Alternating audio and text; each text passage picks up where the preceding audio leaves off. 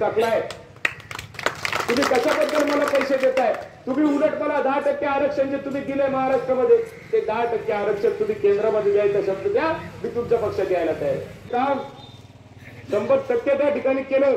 सर्टिफिकेटचं भाऊ सांगू राहिले, सर्टिफिकेट भेटूनही लागलं, जे सर्टिफिकेट भेटलं तेही कामात नाही येऊ लागलं. आणि अशा परिस्थितीत पोलीस भरती वाया गेली. बरोबर ना? पोलीस भरतीमध्ये सुद्धा प्रॉब्लेम निर्माण झाले. अनेक लोकांना प्रमाणपत्र जे ते तिथे लागू झाले नाही असं पण आमच्यापर्यंत माहिती आलेली आहे. म्हणजे खोटं आरक्षण दिलं, सरळ सरळ आरक्षण खोटं दिलं. जरी त्या ठिकाणी नोंदी सापडल्या असतील तरी सर्टिफिकेट चालली नाही, ही पण गोष्ट खरी आहे. आणि म्हणून मी तुम्हाला सांगतो, यांच्या कोणाच्या नादाला लागू नका. काही उपयोगाचे नाही, नाल्या गेल्याचे हे कुठल्या कामाचे नाही आहेत. आणि यांनी सिद्ध करून दाखवलं की कुठल्या कामाचे नाहीयेत म्हणून. आणि जर ते कामाचे असते तर आपल्याला एवढी परेशानी झालीच नसती. काय एवढी परेशानी झाली असती? आज पाणी प्यायला नाही, लाईट व्यवस्थित नाही. पुन्हा सांगतो, बोरगाव मध्ये या परिसरामध्ये काय परिस्थिती आहे लाईटची? थोडं वादळ आलं नाही की 4-4 घंटे लाईट जाते. काय तर म्हणे डोंगरातला लाईन खाली पडली. काय परिस्थिती आहे? इतकी कुठं वाईट परिस्थिती राहते का? एवढं मोठं गाव गल्ले बोरगाव, एवढं मोठं परिसर खुलताबाद परिसर, आणि काय तर म्हणे लाईट कुठून येते तर कागदीपुरातून येते. कागदीपुरातून लाईट येते आणि जंगलामध्ये लाईट गुजरी अडकले. अरे बाबा, आम्ही काय बाबा आदमच्या जमान्यात आहे का? हा, बाबा आदमच्या जमान्यात राहतो आम्ही? अरे आम्ही 2024 मध्ये आम्ही लोकसभेची निवडणूक लढू राहिलो आणि अजूनही जर कागदीपुरातून लाईट येते आम्हाला खुलताबादला, तर मग आमच्या नेते काय कामाचे? काय दिवे लावले त्यांनी इतक्या वर्षामध्ये? पण दिवे लावले जाऊ द्या, एखाद्याने तोंडात तर शब्द तरी काढला की ती लाईन कमीत कमी इथं बोरगावला आणून ठेवा. त्याचा सुद्धा तपासते या लोकांचं. यांचं मतदान येणं करता कशाबद्दल? आज त्यामुळे यांच्या नादाला कुणी लागू नका, ही माझी हात जोडून तुम्हाला विनंती आहे. खास करून आता एक गोष्ट, आता मुद्दा यांनी परत सांगितला, तोही मुद्दा मला या ठिकाणी जरूर सांगेल. आज मराठा आरक्षणच नाही तर राजपूत, भामटा राजपूत याच्यासाठी 4000 प्रमाणपत्र मी आमदार असताना दिले होते. इंदरी नावाचं गाव आहे, 4000 प्रमाणपत्र राजपूतांचे काढून दिले, कास्ट सर्टिफिकेट.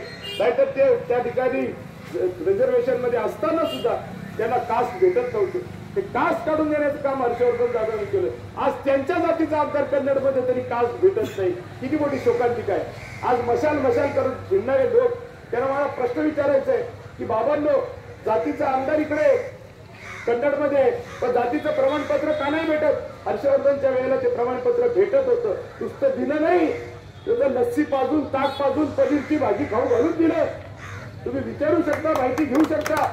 इंदरी नावाचं गाव आहे, पंचपक्वानाचं ताट बनवून लोकांना जेवू घातलं आणि मग त्यांना कास दिले. इतकं सोपं करून ठेवलं. रविवारच्या दिवशी तैशी लुगडी ठेवली आणि कागदपत्राची पूर्तता केली. हे काम चालतं कन्नडमध्ये ज्यावेळेला मी आमदार असतो. खोटं याच्यात काही नाहीये, तुम्ही विचारू शकता. ठाकर समाजाचे सुद्धा 4000 प्रमाणपत्र आम्ही दिले, पोळ्याचे प्रमाणपत्र दिले, शिरमानी लोकांचे प्रमाणपत्र दिले. बंजारा समाजासाठी 50 लाख रुपयाचं सभागृह बांधलं, वंजारी समाजासाठी 50 लाख रुपयाचं सभागृह बांधलं. ही सगळी कामं केली आहेत. माळी समाजासाठी सभागृह बांधली. अनेक गावामध्ये माळी समाजाचं सभागृह आम्ही सावता माळी मंदिर म्हणून बांधलेले. ही सगळी कामं आमची झालेली आहेत. नाही असं यांच्या तुलनेत या लोकांची काय कामं? बुमरांनी किती सभागृह बांधली, खैऱ्यांनी काय काम केलं, इम्तियाज अलींनी काय काम केलं? हे प्रश्न विचारावे लागतील. ज्यांच्या डोक्यामध्ये कांदे पडलेले असतील सडक, त्यांनी लक्षात ठेवा की आपला कांदा जेव्हा सडत होता हर्षवर्धन हैदराबादला घेऊन गेला. खरं का खोटं? हैदराबादला कांदा कोण घेऊन गेलो? आंदोलन कोणी केलं? हत्तूरच्या टोल नाक्यावर 2दा कांदे कोणी रोडवरून सांडले? याच पट्ट्याने सांडले. याच्यापेक्षा एकही माणूस आला नाही. त्यामुळे यांचे सडके कांदे डोक्यात घेण्याच्या अगोदर तुमचे सडके कांदे किती चांगले करणे हर्षवर्धनने विकून दिले हे ध्यानात राहू द्या. एवढं मी तुम्हाला शेतकऱ्यांना जरूर सांगेन. कारण ते तुम्ही लक्षात ठेवलं तर तुमचे पुढचे कपाशी असो, मक्का असो, याला सुद्धा चांगले भाव मिळण्याचे मार्ग मोकळे होईल. नाही तर तुम्ही जसं आलं तसं चाललं. त्यामुळे यांच्या नादाला लागू नका, यांच्या डोक्यात काही घेऊ नका. जेही लोक येडेवाकडे काही विचार करत असतील ते वेडेवाकडे विचार काढून टाका. कारण निवडणुकीच्या नंतर हे लोक आपल्याकडे ढुंकूनही पाहत नाही. निवडणुकीच्या नंतर सातत्याने कामाची आवश्यकता असते. ते काम हर्षवर्धन दादा करतो, ही गोष्ट तुम्ही विसरू नका. आणि मनापासून तुम्हाला सांगतो की तुम्ही कौतुक करताय, तुम्ही सभा करताय, एवढ्या मोठ्या संख्येने जमताय, ऐकताय, तुमचे धन्यवाद आहे, तुमचं ऋण आहे. पण मतदानाच्या दिवशी मागे पडू नका.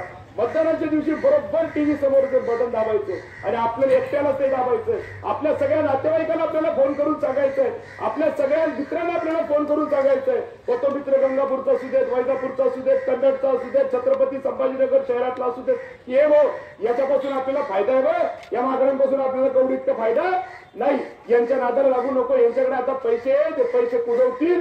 13 मे संध्याकाळी 5 वाजले की जशी दारूची दुकान बंद होते तशी यांची बी दुकान बंद होऊन जाईल.